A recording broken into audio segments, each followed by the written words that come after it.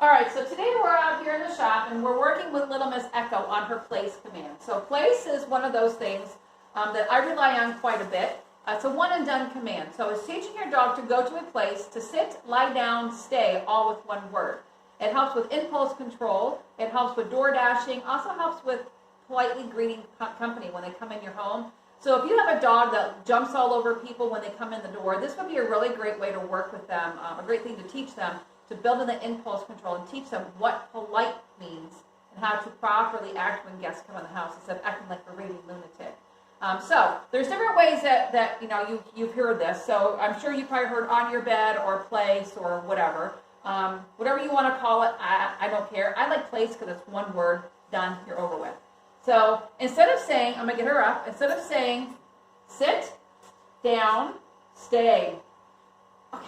So instead of having to say all those words, I'm just using the word place and telling her where I want her to go. Echo, place. When you first work with a dog on this, you want to get them into a sit on the place. First, you work on getting them on the mat, comfortable on and off, and then you want to teach them a sit while they're on the mat. What that's doing is that impulse control with the sit is going to allow them to remain hold still for a little bit longer, even if it's just a second at a time, other than be standing up. If they're standing, it's so easy to break it.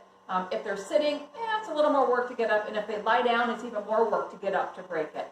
So the longest I've gotten Echo to stay in a place, I'm going to say is probably 12 to 15 minutes in the house, which I think is really good. She can get kind of flighty. She's probably the most difficult dog I've had to work with.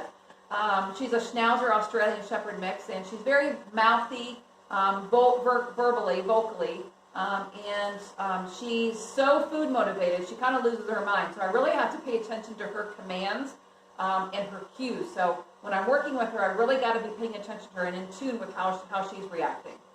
Off. Very good. So she did pretty good there. She was watching me the entire time. Let's see if we can get her to do it again.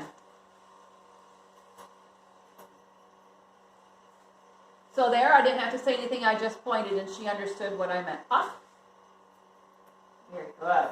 So now, the whole thing with place is, what if you're across the room and somebody comes in the house? I don't know, like say somebody shows up unexpectedly. And say the neighbor comes over and they're bringing you a bottle of wine and a box of chocolates.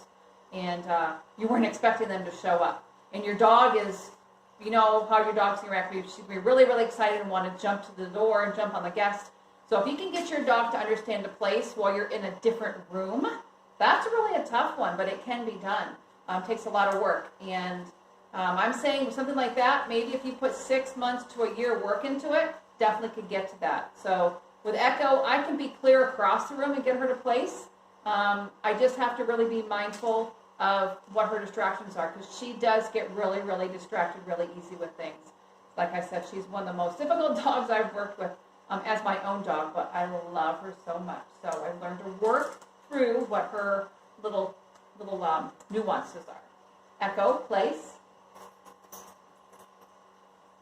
So when I'm practicing this, I practice her to go from place to place. Place. Place. Off. Sit. Down. Up. Good girl. So combining cues is another little trick there too, so she really enjoys it. So hope you enjoyed my little demonstration of place, and if you have any questions on how place could benefit you and your pet in your home, give me a shout out. Talk to you later.